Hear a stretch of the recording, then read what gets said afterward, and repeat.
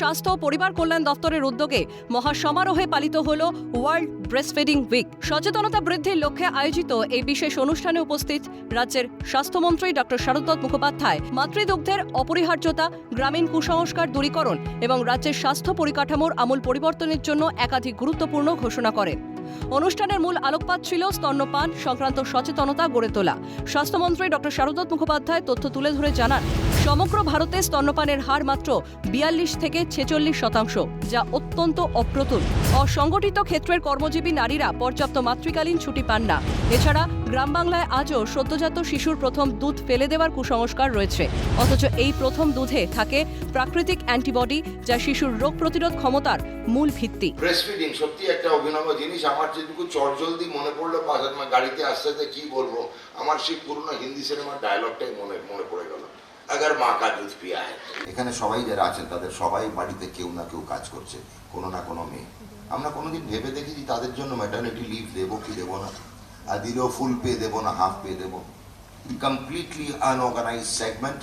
It's a female workforce. They work for the household as maids in urban areas, completely unorganized, where there is no maternity leave. গ্রাম বাংলায় একটা কথাও বলা হয়, প্রথম দুধটা ফেলে দিস, ওটা খেলে হজম হবে না বাচ্চা।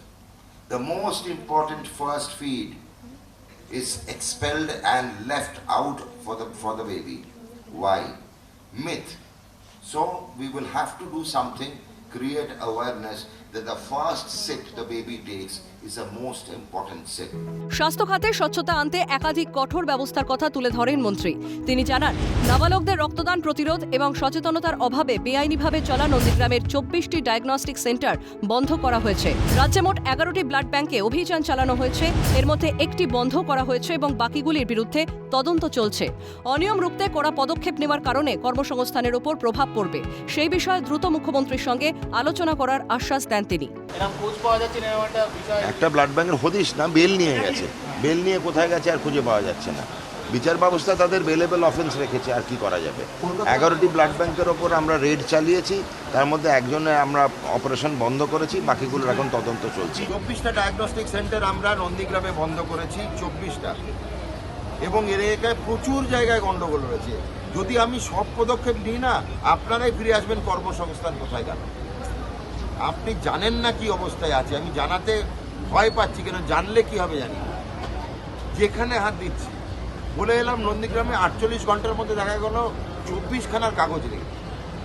ভয়াবহ অবস্থা। যদি সব করতে চাই, স্বাস্থ্যমন্ত্রীকে লোকে গালাগালি দেওয়া শুরু করবে, অর্ধেক লোকে চাকরি চলে যাবে। অলরেডি ফোন এসে গেছে সকালবেলা, 24টার মধ্যে 18টার ফোন এসে গেছে, ডাক্তারও আমরা খাবো। সত্যি কর্মচারী কোনো দোষ নেই, মালিক 2 নম্বরই করছে। খুব অবস্থা খারাপ। সচেতনতা আনতে হবে। আমি এখন কি করব, মুখ্যমন্ত্রীর সঙ্গে আলোচনা করতে হবে। রাজ্যের বর্তমান স্বাস্থ্য ব্যবস্থাকে ভয়াবহ বলে আখ্যা দিয়ে মন্ত্রী জানান, গত 50 বছরের স্বাস্থ্য ব্যবস্থা দুর্নীতি চরম সীমায় পৌঁছেছে। মন্ত্রী জানান, বর্তমান রাজ্য সরকারের সদিচ্ছায় এই স্বাস্থ্য ব্যবস্থাকে কতটা দুর্নীতিমুক্ত করা সম্ভব হচ্ছে তা সময়ের সঙ্গেই দেশবাসী প্রত্যক্ষ করবেন। ক্যামেরায় জনি মণ্ডলের সঙ্গে খালিদ জামালের রিপোর্ট, ক্যালকাটা নিউজ।